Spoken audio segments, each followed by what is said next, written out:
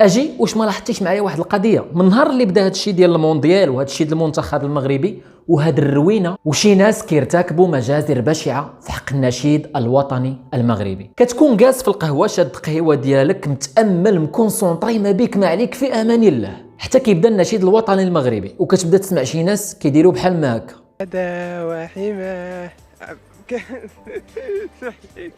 بيت الأحرار مشرق الأنوار. نكمل من عندك.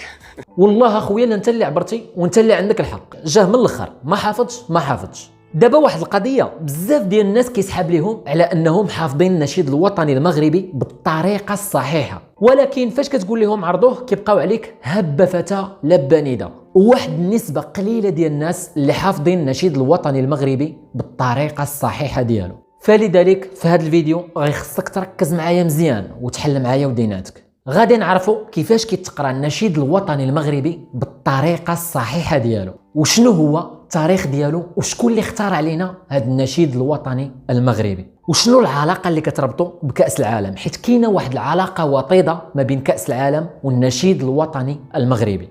وعلاش اصلا بعدا كاين هذا النشيد الوطني هب فتاك لب نداك؟ شنو غادي نستافدوا حنا من هذا الشيء هذا؟ سيداتي سادتي، حلقه جديده عامره بالمعلومات، فخليكم معايا حتى لاخر الفيديو على بركه الله.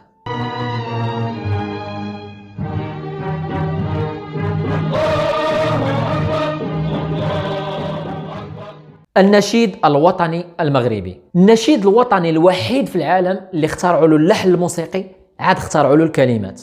كاع الاناشيد الوطنيه اللي كاينه في العالم كامل كيخترعوا لها الكلمات، عاد كيمشيو يقلبوا على شي فرقه موسيقيه اللي غادي تعزف لهم شي لحن موسيقي اللي غيجي مع داك الكلمات. الا النشيد الوطني المغربي كان فيه استثناء. النشيد الوطني المغربي قبل ما تولي فيه هذه الكلمات ديال منبت الاحرار مشرق الانوار الى اخره كان فقط عباره على لحن موسيقي. يعني فاش كانوا كيبغيو يديروا النشيد الوطني المغربي كانوا كيطلقوا فقط اللحن الموسيقي وكيجلسوا يسمعوا ليه بلا كلمات.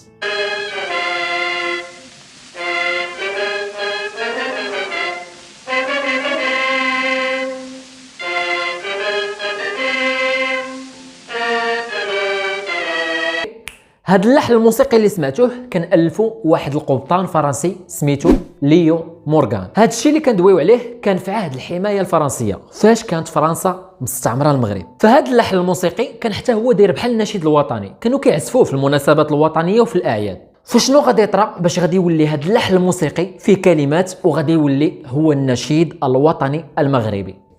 في سنة 1970 في هذا الوقيته كان المنتخب المغربي أول مرة غادي يتأهل لكأس العالم مونديال 1970 اللي كانت تنظم في دولة المكسيك. كما كتعرفوا كأس العالم كيتنشدوا فيه كاع الأناشيد الوطنية ديال الدول اللي كتكون مشاركة في كأس العالم، وكان ضروري خاص النشيد الوطني المغربي يتعزف في المونديال ديال سنة 1970.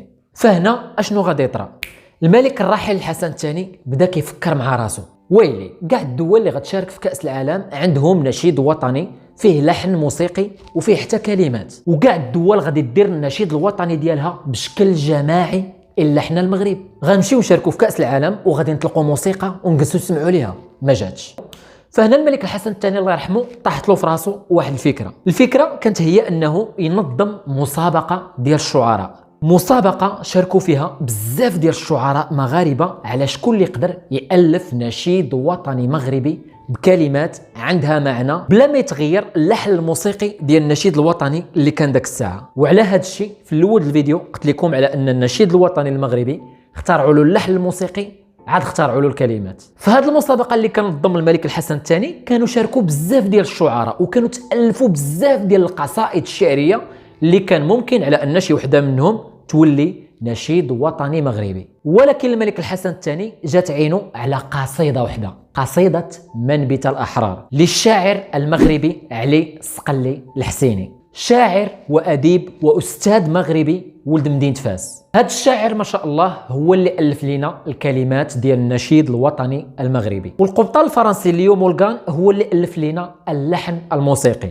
وهذا المزيج عطانا نشيد اللي غيولي من بعد هو النشيد الوطني الرسمي للمملكه المغربيه، وكانت اول مره غادي تعزف فيها النشيد الوطني المغربي كامل بالكلمات ديالو كما هو الان في مونديال 1970 في المكسيك. وشوفوا على ترابط في الاحداث كيفاش داير. اول مره غادي تعزف فيها النشيد الوطني المغربي كانت في كاس العالم، وهذا كاس العالم كان هو اول مونديال غادي يشارك فيه المنتخب المغربي، واول مره نيت غادي تعزف فيها النشيد الوطني المغربي 7 المرات حتى هي في كاس العالم، واول مره نيت غادي يدخل المنتخب المغربي للتاريخ كاول بلد عربي وافريقي غادي يتاهل لنصف النهائي من كاس العالم. حنا المغاربه عندنا تاريخ، وما عرفتش علاش اي حاجه كطرا الا وكتلقى عندها واحد اللمسه تاريخيه. وبالرغم من ذلك، رغم هذه الاحداث ورغم هذا التاريخ العريق ديال النشيد الوطني المغربي، في الاخر كيجي واحد راسو مدور بحال المقلاد البغرير وكتلقاه ما حافظش النشيد الوطني المغربي، وبراسو مربع كيقول لك للعلا علوه،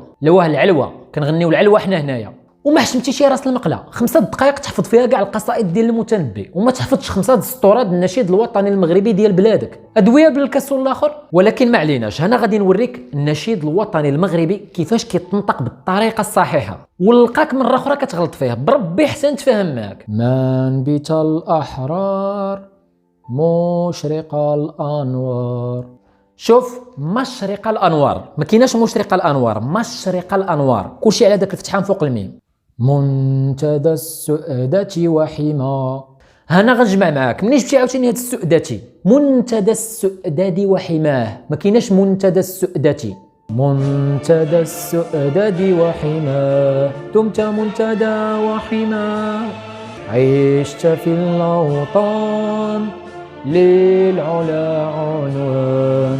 سمعتيها ولا نعاودها؟ للعلا عنوان، ما كايناش العلوه، ما كنغنيوش العلوه حنا هنايا. وهاد الكلمات راه عندها معنى بالكاس الاخر. عشت في الاوطان للعلا عنوان، يعني على ان المغرب دائما في الاعلى وفي مقدمه الاوطان. عشت في الاوطان للعلا عنوان، ملء كل جنان، ذكرى كل لسان، بالروح بالجسد، هب فتاك لب نداك. سمعتيها؟ هب فتاك لب نداك، ماشي هب فتى لب نداك. وزير معنا السنطة حمادي، راه كنضرب. في فمي وفي دمي هواك ثار نور ونار. هاد لابارتي بالضبط واحد 80% ديال الناس كنسمعوهم كيقراوها بحال هكا.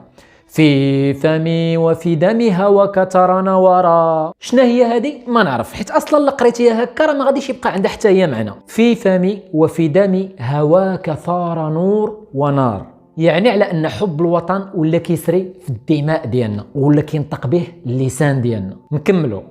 اخوتي هيا للعلا سعيا، اخوتي هيا، ماشي ها هي، اخوتي ها هي. شنا هي؟ اخوتي هيا للعلا سعيا.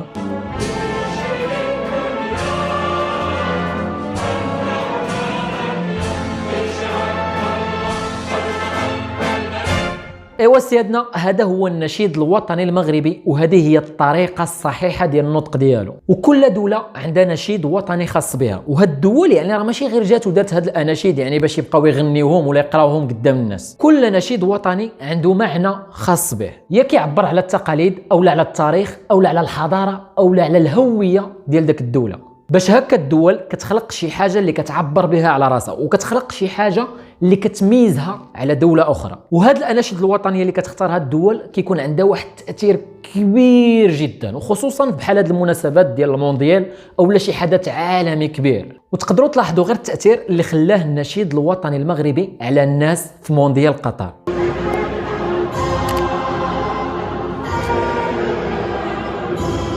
بزاف ديال الناس تبهضوا فاش شافوا النشيد الوطني المغربي كيتقرا بداك الطريقه وبداك الانسجام، وبداو كيسولوا شكون هما هاد المغاربه وعلاش كيقراو النشيد الوطني بداك الطريقه، لدرجه ان بزاف ديال الصحف الاجنبيه مشاو شدوا النشيد الوطني المغربي وترجموه لبزاف ديال اللغات وشرحوا المعاني ديالو. وهذا الشيء خاصنا نفتخروا به كمغاربه، حيت فعلا بينا راسنا للعالم من خلال النشيد الوطني اولا من خلال داك الشيء اللي طرا في مونديال قطر 2022. ايوا سيادنا، وصلنا لنهايه الفيديو.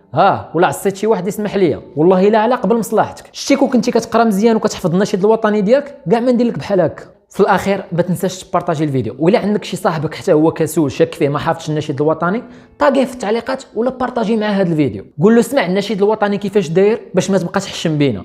والسلام عليكم.